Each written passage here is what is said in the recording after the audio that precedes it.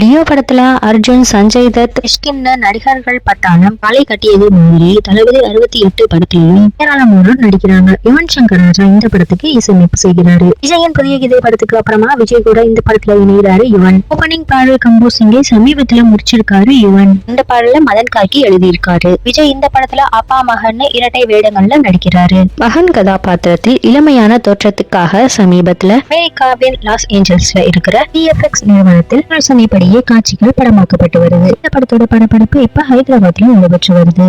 கெட்டப்ல விஜய் அசத்தி ஏகிறார் என்றும் flashback portion என்றும் சொல்லப்படுது. விஜயோட ஓபனிங் பாடலும் ஹைதராபாத்ல தான் படமாக்கப்பட இருக்கு. இந்த பாடலை அதிரடி ஆட்டம் போட வைக்கிற பாடலாக உருவாக்கி கொடுத்திருக்காராம் யுவன். ஹைதராபாத் ஷெட்யூலை தொடர்ந்து சென்னையில படப்பிடிப்பு நடைபெறும்னு சொல்லப்படுது. இந்த நிலையில தாய்லாந்து ஷெட்யூலை முடிச்சிட்டு தளபதி விஜய் சென்னை திரும்பி இருக்கிற காட்சிகள் சமூக வலைதளங்கள்ல வைரலாகி இருக்கு. இந்த திரைப்படம் 2024ஆம் ஆண்டு ஜூன் அல்லது ஜூலை மாதத்துல ரிலீஸ் ஆகும் என்றும் ஜனவரி 1ஆம் தேதி படத்தோட ஃபர்ஸ்ட் லுக் வெளியாகும் தகவல்கள் வெளியாகி இருக்கு. இதனால ரசிகர்கள் உற்சாகம் அடைந்திருக்காங்க.